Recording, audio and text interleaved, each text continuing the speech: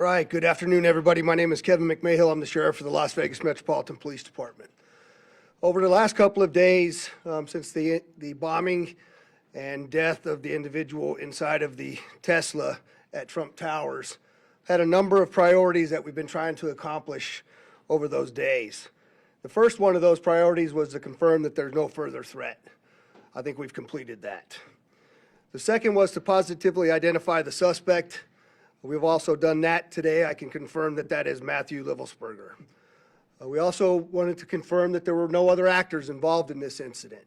I believe we've done that, and you'll hear much more about that as we move forward today. We've also today, I'm going to be able to share with you some of what we believe to be his plans and motives as to why he conducted this attack. Now, before we go on, I want to just address a couple of things before we get too far along here. I want you to know that we're very well aware of a podcast that is going around today and the contents of the letter in that podcast. And I just want you to understand that since we've been conducting these press conferences, I have only given you information that we have verified and deemed to be factually accurate. We've been aware of that document for a while now, and we still have not completely gone all the way through that and verified that entirely. We are in one of the two telephones and one laptop, so one telephone and one laptop that we still have not been able to get into. There is one cell phone that we are getting into, and I can tell you that we are barely scratching the surface and almost hourly receiving additional information requiring substantial investigative effort on the part of this joint investigation between ourselves, the FBI, and the ATF. And so, again, while I understand all of that is out there, I believe it is our responsibility to give you what we know to be a fact, and that is what I will continue to do as we move forward. A couple of questions came up in regards to the positive identification of the suspect in the vehicle. I want to give you a couple of photographs as to what it was that we had some conversation around, because there's some tattoo comparisons that we needed to do. And in those tattoo comparisons, in this particular photograph, you can see a tiger tattoo, and there's a secondary tattoo on the stomach that the wife had told us about. You can see that some of it is burnt, some of it is not burnt, and while the body was still in the vehicle, we were unable to identify those specific tattoos until we were able to remove some of it. Secondarily to that, there's also a surveillance photograph that we obtained of our subject in Colorado wearing that very distinctive brown jacket. You'll see that a little bit later here in some of the photographs that one of the assistant sheriffs is going to talk to you about. There's also a lot of conversation that I hear out there about the fact that the identifications, the credit cards, and the number of things that I provided to you previously did not show up as burnt in the explosion in the vehicle. And so I did think it was important for me to address a couple of those issues so you understand where we're at. That's a photograph of the wallet. It's a leather wallet. Clearly it's burnt up pretty well. However, that wallet was found in the back seat under some debris in the vehicle, and it contained, you'll see in this photograph, the credit cards, a photograph, and a number of other pieces of identifying information. The military identification that I initially told you about was also located within inches of the wallet. And you'll see much of this stuff does have some burn damage on it. The passport that I described to all of you was found in the back, in the bed of the truck under debris as well, and you'll see a photograph of that in there. I also had mentioned to you that we were going to be doing dental records to identify the subject in the vehicle. The Department of Defense provided those dental records to us. We then forwarded them to the coroner, and the coroner also provided a positive identification for us. Finally, we had also requested DNA from the family, which was provided to us, and it matched to our suspect. We then, of course, had now confirmed fully his identity to you. There has been, again, a tremendous amount of investigative effort that has been conducted now, and I'm going to introduce to you Assistant Sheriff Dory Corrin to go over some of the extensive investigation that has occurred. Dory? Good afternoon. I'm Assistant Sheriff Dory Corin. I oversee our Homeland Security and Investigative Services group, which includes our counterterrorism unit that's been working around the clock on this investigation. I just want to briefly share a few updates on some key areas to include the operational activity that led up to this incident, a little bit of information on the post-blast investigation as we know it today, and then finally some of the information that we're discovering most recently about motives and plans to give you some insight on why this individual committed the act that he committed. To begin, just with the operational activity, the sheriff yesterday talked about the route that the suspect took to get to Las Vegas. We used a lot of this information to be able to track down video surveillance footage around different locations, as well as financial records, as well as call data records, as well as looking at the Tesla charging stations to be able to determine exactly which route the individual took, but more importantly, that it was the individual that we've identified, as well as the only individual in the vehicle during the path that he took to Las Vegas. As you'll see here in this video here at one of the charging stations, there's just one example. You'll see our suspect here. He'll exit the vehicle. He'll walk around the vehicle at different times. At one point, you're going to see that he opens the door of the vehicle. He retrieves a coat. He puts that coat on, and you're going to see that at different parts to include the photo that the sheriff talked about just a few minutes ago.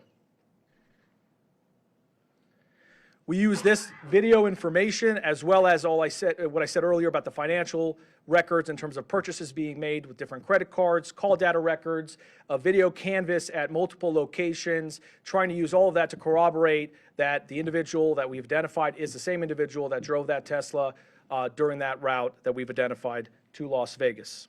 In addition to that, we also talked about the phones that were recovered. There were 2 phones that we recovered from the vehicle.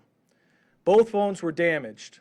We are still trying to access the data in one of the phones, but we have been fortunate in our team, which is second to none, has done a really good job accessing the data in one of the phones that was recovered. You can see the phone here in the vehicle.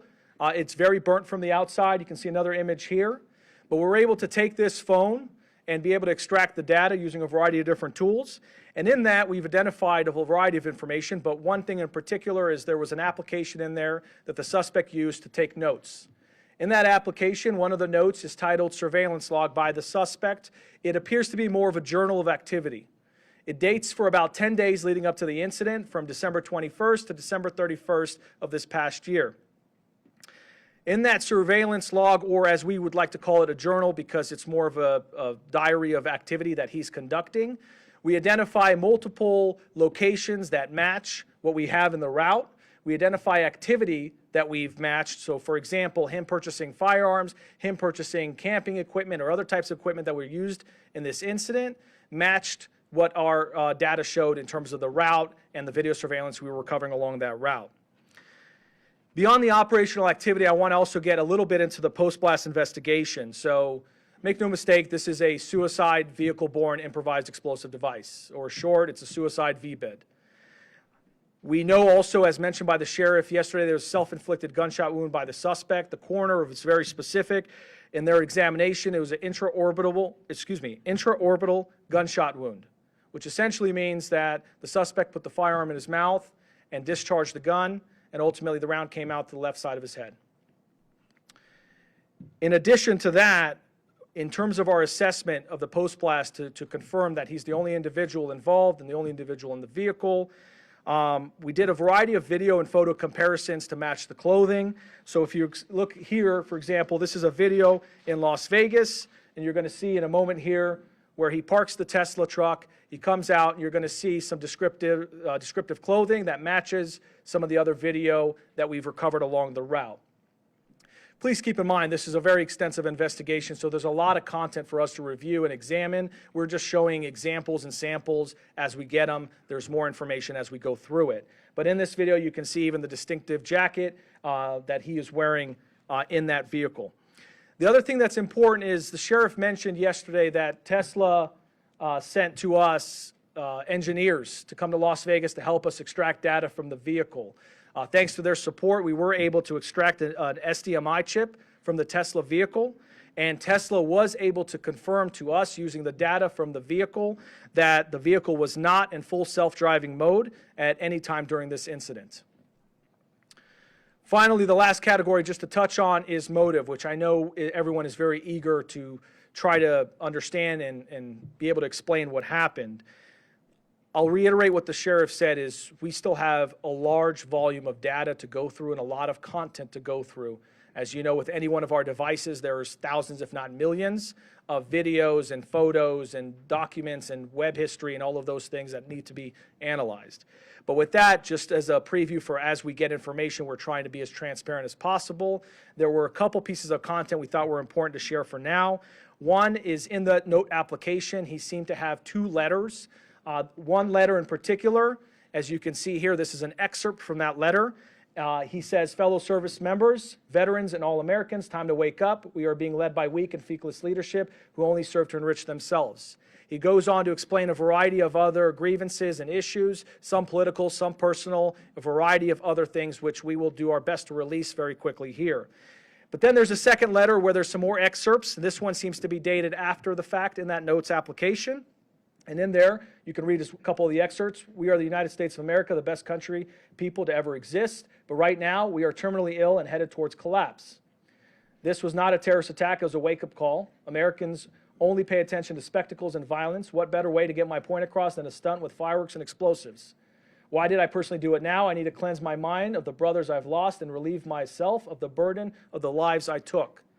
I'd like to just also expand on that and understand that these are just excerpts. In there, he does offer additional information that is varying on the spectrum in terms of political grievances, issues about the conflicts elsewhere, not here, domestic issues, societal issues, a variety of other things, including personal challenges as well. We are intending to release those initial letters so people can understand the best they can what the person's thought process was at one point in time. However, please understand there is still a lot more content to go through, and that may change. There may be a lot more information that we recover that explains either more or shows a change in mindset at different times.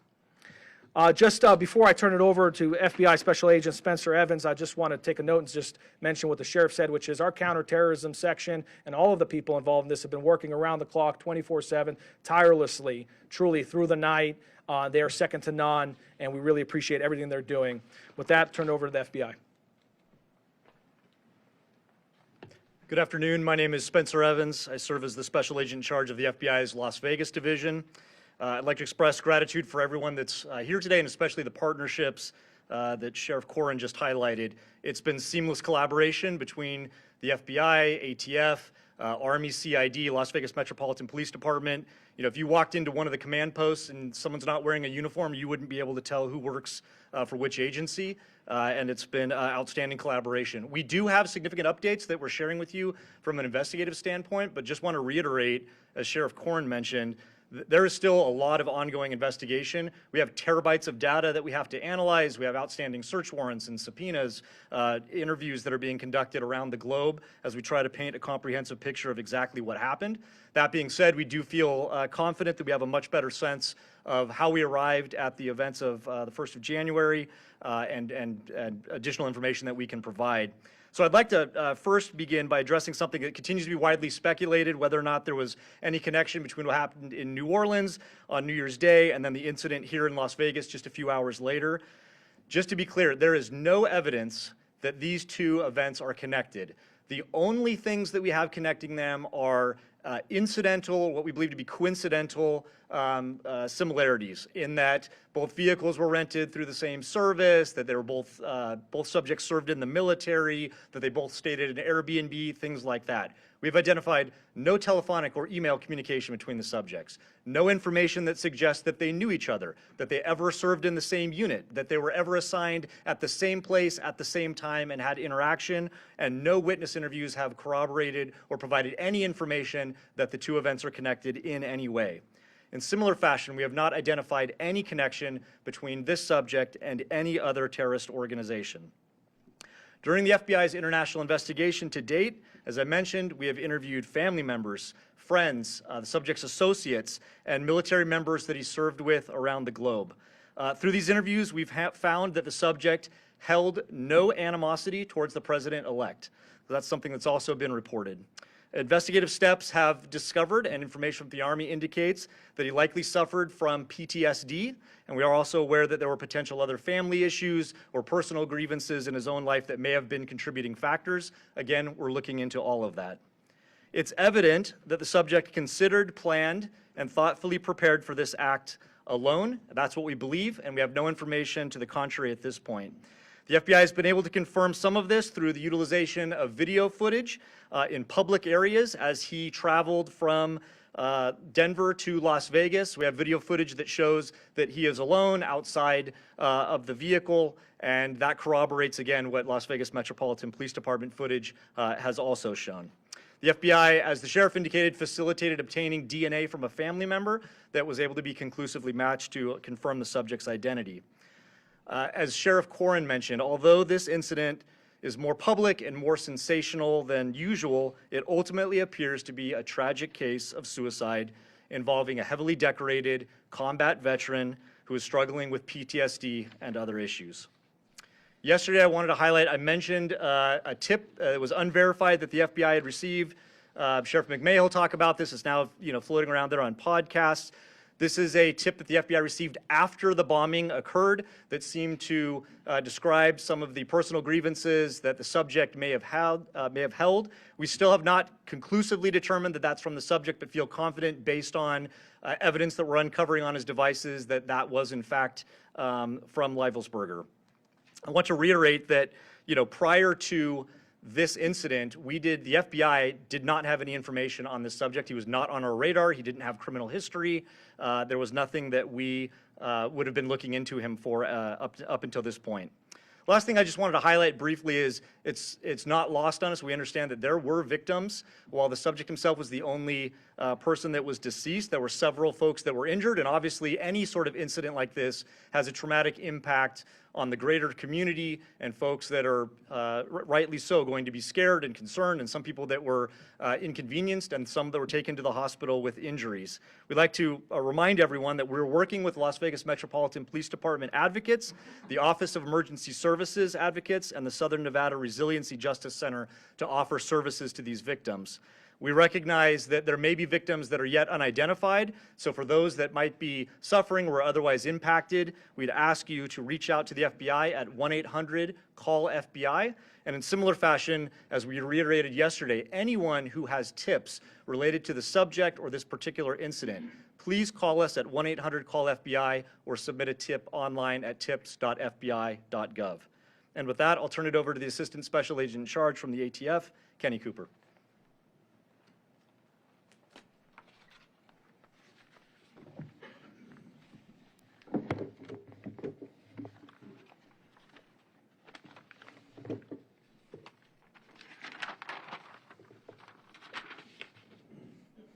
Good afternoon, everybody. My name is Kenny Cooper. I'm an Assistant Special Agent with ATF San Francisco Field Division. I have some very quick resource updates. ATF has brought in some of our top experts from our National Response Team that will assist with the sifting through the debris of the Tesla, and that's an abundance of caution to make sure that we've got the initiation sequence identified as best we can from the evidence that survived the thermal event of this explosion, and to ensure that no other bad actors were involved in the initiation of that device. Also, my second update is to the firearms purchased by our subject on December 30th, 2024. Our ATF investigators were able to track down that lawful purchase at a gun store in Colorado. Our subject arrived in that gun store by himself on December 27th and initiated the ATF Form 4473 and actually paid for those two firearms that were recovered from the Tesla on the 27th and was sole occupant of a vehicle arriving and departing that on that date. And then on the 30th, we have video evidence of our subject entering that gun store as the sole occupant of the Tesla. He actually received and transferred those two firearms and took into his possession at that time and departed as the sole occupant in the Tesla. Those are the two updates that I'm here to provide to you at this time. Thank you.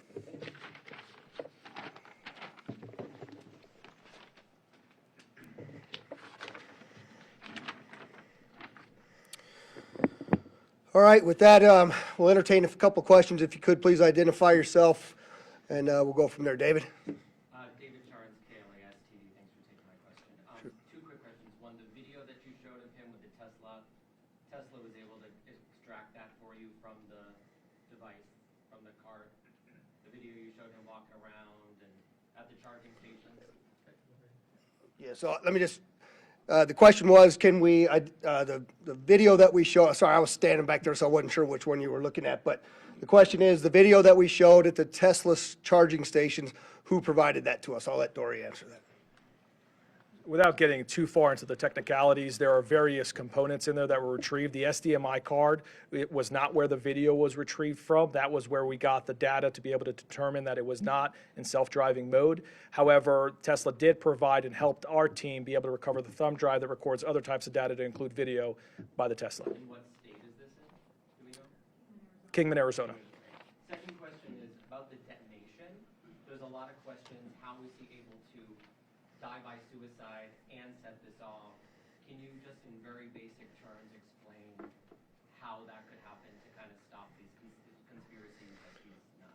Yeah, so the second question is how are we able to explain the detonation versus the suicide? And we just believe it to be simultaneous at the time of the detonation. But again, that's why the ATF's bringing in the SABTs from outside to look at what that sequence was for the initiation of the explosion as well. And, you know, it's very difficult to see inside of those Teslas, even with the camera angles that we have. And so we still remain challenged on finding some of that exact timing on all of that. Go ahead.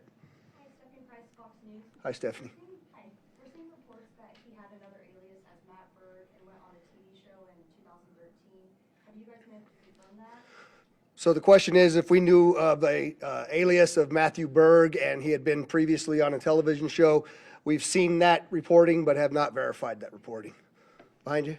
That's Kevin Nyes with NBC News. How would you describe his state of mind in these final days, given everything that you read from his notes app and the manifesto that you see that you referenced going around in the podcast? Have you guys been able to rule out that it was not from him, or is it still up in the air that it could have been from him? So the question is, how would I describe his state of mind in the manifesto that was described on the podcast? Have we been able to determine whether that was from him or not? And I'll answer the first part is, I'm not comfortable giving you state of mind just yet. I certainly am leaning a particular way, but again, I'd like to be factual to you. I think when you read the documents that we're going to give you a link to at the end of this press conference, that you can go in and make some of your own assumptions about what that is. But I will tell you that part of my hesitation on that is, I know that we have a lot more documents and number of things for us to uncover, and so I want to be able to provide to you only the factual information when I have it. And so I'm not gonna opine on what I believe his state of mind was at that particular time, but certainly you can see some troubling aspects in his personal life as well. And I don't know if you want to address the second part, Spencer. Yeah, so in terms of the so-called manifesto that's circulating online, we have strong evidence to suggest that it was the subject that wrote it, but we haven't conclusively proven that yet. And that evidence relates to other evidence that we're finding that we're able to compare that lead us to believe it was in fact him who sent it. J1? Do you have an update on... Is it J1? Yes, J1 Okay. from 13. Do you have an update on the conditions of the other people who were injured? The question is, do I have any updates on the conditions of the people who were injured? And I'm told that they're all relatively minor injuries, and they've all been released from the hospital. Kristen Drummond with News 3. As you were showing us these excerpts, can you say why definitively he chose the Trump International Hotel and why he decided to come here to Las Vegas?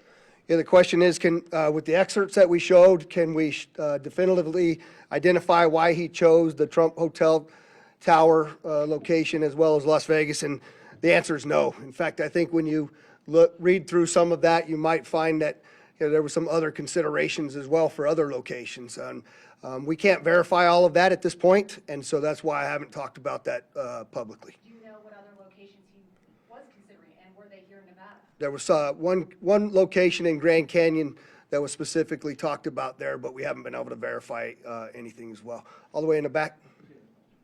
Berenice Zúñiga with Univision Las Vegas. Thank you for taking my question. In regards to what happened in New Orleans, I know that you guys mentioned it's a coincidence, but what main evidence makes it different to what occurred over there?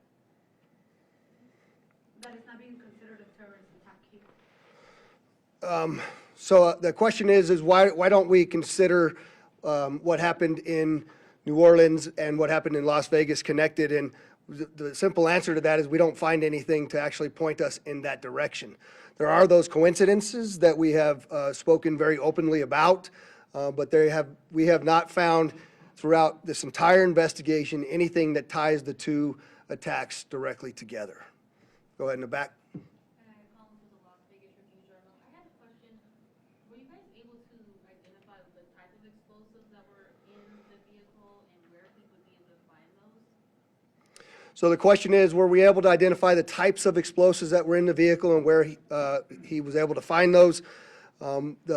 There's a mortar-type fireworks in the back of the vehicle, some camping fuel, and we do know that it looks like from that document that we're going to provide to you that he may have stopped outside of a location in New Mexico and obtained those fireworks legally. But that is another aspect of the investigation that continues. Hi, Noble Brigham with the Review Journal. Hi, Noble. Thanks for taking my question. We've heard that the suspect wasn't opposed to President-elect Trump. Do we know anything about what his political views were? The question is that we know that we've said that he was not opposed, the suspect was not opposed to President-elect Trump, and do we know what his political views are or were? There's a variety of different reporting out there, Noble, on what that is and some of the people around him and what their particular political views were. I think when you read some of these documents, you'll see that he actually calls it a stunt in one of these documents that we're going to release to you, that he was trying to get the attention of the American people because he was upset about a number of different things. But I'll let those writings speak for themselves. I'm not conclusively telling you anything about his political affiliations at this point, but I think that's more to come on that. Sir? Connors Gutierrez with CBS News. Talk to us about you have an individual who is obviously struggling with mental health here, a member of the military service. There are others out there who may be struggling with this, a lot of mental health issues here. When they read these letters that you're about to release, how do you quell others who are struggling with the same from carrying out and seeing this as an inspiration? How do you quell the copycats out there? Yeah, so the question is obviously there's mental health involved in this, as we've already talked about, and how do we quell the others that are similarly situated to him out there in America? And you know, I think Spencer rightly talked about this for a moment is what you can tell by looking at this, that PTSD from a highly decorated United States currently serving military individual, from what I'm told was 5 tours of combat, obtained some of the highest awards you can get. It's not much different, quite frankly, than the reasoning why we started our wellness bureau here at Metro and taking care of the heart, mind, body, and soul of the people that are out there doing this work, because they're exposed to things, they see things, they hear things, they feel things, and they smell things that most normal people don't have to do. And the heroes that are serving in the military and on the front lines of America's policing are challenged that way. And so I think, we need to really pay attention to those individuals, pay attention to what mental health in America looks like. And I think this is just one more incident that brings that to the forefront of where it is that we are in talking about these types of things. I'll take one more. Rio AP, thanks for taking my question. Sure. Do you know why he chose the Cybertruck? Was he trying to send a message, considering who the CEO is? And then, just really quickly, could you confirm if the podcast you're talking about is the Sean Ryan podcast? The Sean what? Is it the Sean Ryan podcast? Is that the name of it? Yeah. So can I tell you why he chose the Cybertruck is the first question. No, not really. I haven't been able to find anything definitive about it. Secondly, is it the Sean Ryan podcast? And yeah, that's the podcast that I'm referring to. And I'm sorry, there was one more hand over here that, go ahead. Guy Tannenbaum, Channel 13 here in Las Vegas. Hi. Has there been any more speculation, more understanding on why he chose the route that he chose? Obviously, coming from Colorado, you can go through Utah. That's a more common way to hit the 15. any more understanding when we're thinking about all the different potential sites that he could have chosen for this? So the question is do we know why he chose the route that he chose? I don't think we can tell you we know why he chose it, but I can tell you that there's some writings in those documents that we're going to release to you that he mentioned going to the border as well as going to the Grand Canyon. And so we continue to look through all of the available evidence to help us answer that question better. And with that, I'd just like to, again, thank you all for the great work you're doing in helping us get this story out. And obviously, as we get additional information, we'll push it out to you. Thank you very much.